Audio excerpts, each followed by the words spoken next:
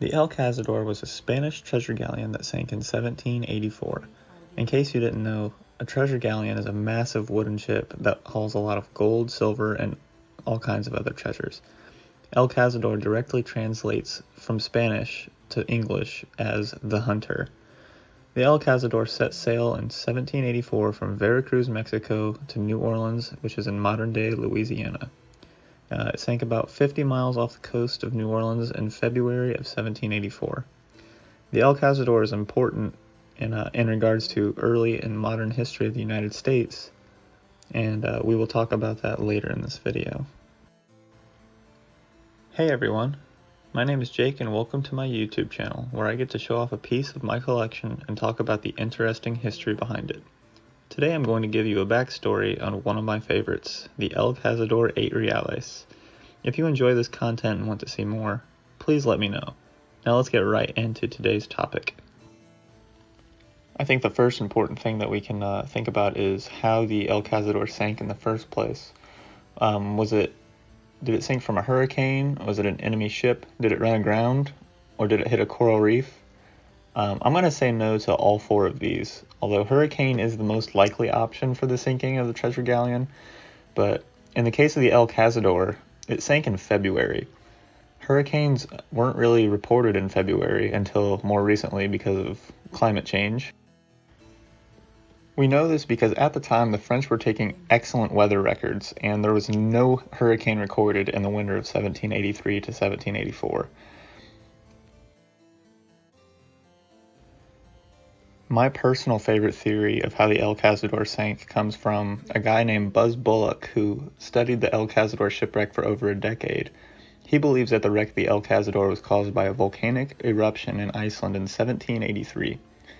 The Laki Volcano eruption lasted 8 months and caused the loss of Iceland's livestock, crops, and a famine that killed a quarter of the Icelandic population.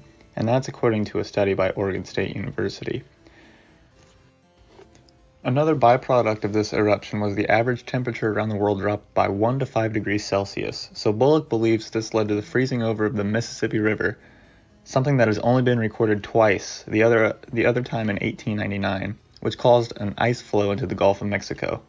So an important thing to consider is that the El Cazador sank straight down, which is not congruent to the theory of a hurricane or an enemy ship, because the ship would have kept moving and would not have sank straight down. So this is my favorite theory. It pretty much explains how the El Cazador sank straight down, and if it was a hurricane or an enemy ship, its contents would have been scattered all over the seabed, which simply wasn't the case with the El Cazador. Now I'd like to talk about how the wreck of the El Cazador meant big changes for the Louisiana Territory.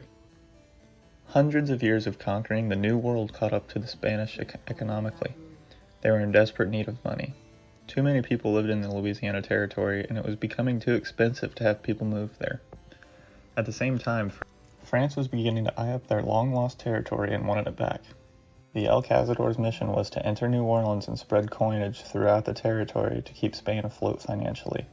However, as we now know, the El Cazador's mission was a failure, and on October 1st, 1800, Spain and France signed the Treaty of Ile-de-France, which gave the Louisiana Territory back to France. France quickly realized that they could not afford to hold the Louisiana Territory either.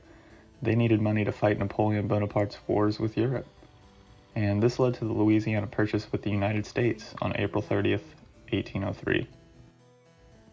I think it's extremely interesting to think about how the Louisiana Purchase may have never happened if it wasn't for the El Cazador shipwreck. So one question that you might have is, how was this ship found? The El Cazador was found in August of 1993 by a fishing boat. The fishing net dropped hundreds of coins on deck, all dated 1783, and all with a Mexico mint mark. It found 450,000 pesos, which is roughly $10 million in USD today. As we look at one of the coins from the ship itself, we instantly notice the portrait of Carlos III of Spain, who was one of the Spanish Bourbon dynasty monarchs.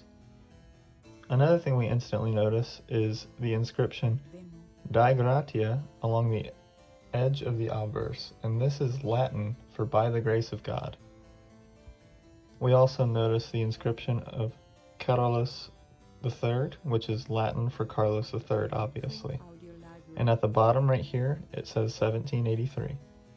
The reverse also has some striking features, such as the Spanish coat of arms. Towards the edges of the reverse, you can see Hispaniarum et Indianarium Rex, Mexico 8 reales. And this is Latin for King of the Spains and Indies, Mexico 8 reales. Up in this top left corner, you can see the initials FM, and that is the assayer's initials. An assayer's job was to make sure that the minting of the coins went smoothly. This particular coin is made of 90% silver, 10% copper. It is 38 millimeters in diameter, and it weighs about 27 to 28 grams in silver. One important aspect that you might note about the coin is this really bubbly texture that is on the surface of the coin. The reason it has a bubble texture is because of the salt water it was exposed to for 200 years. Silver, when exposed to salt water, will begin to break down, as opposed to gold. As gold is exposed to salt water, it retains its luster and its smooth texture, which is one more reason that gold is more sought after than silver. I appreciate you taking your time to watch my video today, which I hope you enjoyed. Please feel free to ask any questions in the comments section below. If you enjoyed this content, let me know so I can put out some more. Until next time.